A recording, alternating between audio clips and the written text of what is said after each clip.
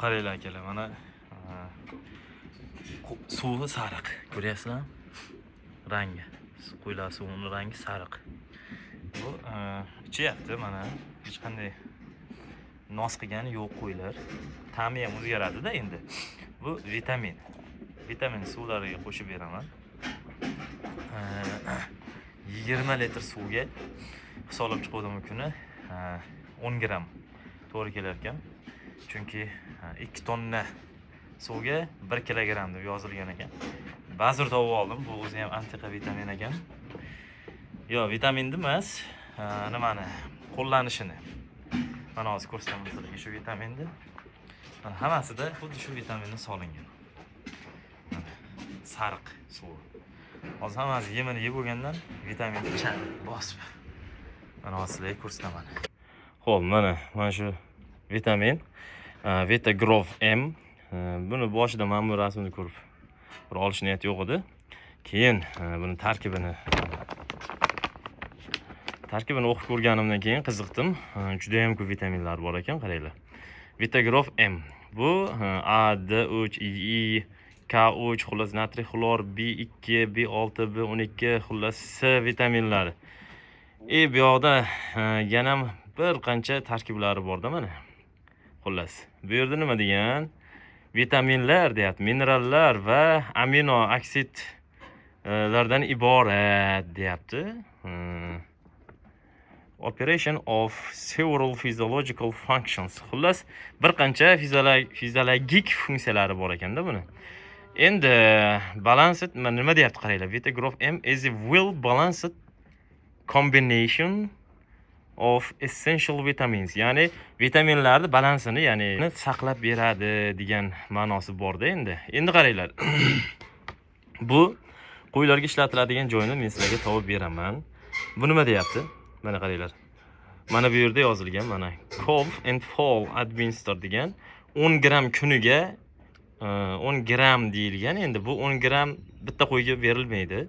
Mana bu yerda yozilgan sheep, goat and animal of weaning period. Ya'ni weaning period degani sutdan ajraladigan davrda deyilgan. Ya'ni qo'y, echki va hayvonlarni sutdan ajraladigan davrida, ajralgan davrda yoki bo'lmasa mana shuna holat ishlatsa bo'ladi.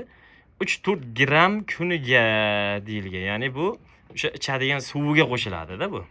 Endi bu qaranglar, bu yoqda 500 gallon of drinking water, ya'ni ichadigan suv 500 gallon ichadigan suvga 1 kilogram qo'shiladi deyilgan. Bu bizda 1 tonna 900 kilogram suvimizga to'g'ri keladi. Ya'ni 2 tonna deb olaylik. 2 tonna suvga 1 kilogram mana shu Vitagrov M qo'shilar ekan. Rangi sariq. Shunda men hisoblab ko'rdim. Shunda 20 litrlik suvga, 20 litrlik chelakka desak ham masalan 10 gram qo'shiladi shundan. 10 gram. Shunda 10 gram qo'shib, bitta chelakka 20 litr suv ketsa qo'shsak bo'ladi, qo'shib bersak bo'ladi. Lekin menimcha effekti yaxshi ekan. Nima uchun? Mana bu yoqda mana shu qo'zi va mana bu yoqda bitta qo'zi junini yerdi, qo'ydi junini. Men shundan bir 2 marta berdim. Taqataq to'xtadi. Umuman jun punga qaragan yo'q. Bu yoqda ham bordi. Bittasi qaysidir jun yeb yuraverdi. Shundan ichirdim 1-2 kun. Endi bu yerda nima degan yana? 3 kun ketma-ket beriladi deyilgan. 3 kun ketma-ket shu suviga aralashtirib yoki yemiga aralashtirib bersa ham bo'ladi. Ya'ni yem ham aytilgan bu yerda. Yana yem aytilgan joyi qani? 15-70 kilogram yemga aralashtiradi degan joyi ham bor-da deshmasam. Xullas, bizga ma'qul joyi suvga aralashtirib berish. Yaxshi vitamin ekan, tavsiya qilaman. Nomi Vitagrov M. Xullas, shuni beryapmiz. Endi natijasini ko'ramiz. Bugun 2-kun berishimiz. Mana shunaqa Vitagrov M degani suvga qo'shib beryapmiz. Suvga qo'shib beryapmiz. Qo'zilar ham, qo'ylar ham ichib yotibdi. Mana hammasida bor. Hammasini suvida bor. Mana bular o'zi yarmini tinchitib tashadi. Narada qo'ylar ham ichib yotibdi, faqat shundan. Endi nos qilishi mumkin bo'ladi, shuning uchun yemishini bergandan keyin berish kerak, birdan yeb tashlaydi. Vitagrov M dozasini kamroq berib sinab ko'ryapman hozir. Endi har birini alohida ukol qilib chiqish ham vaqt yo'qligida qiyin. Mana shunaqa yechimlarni ham qilib ko'rish kerak.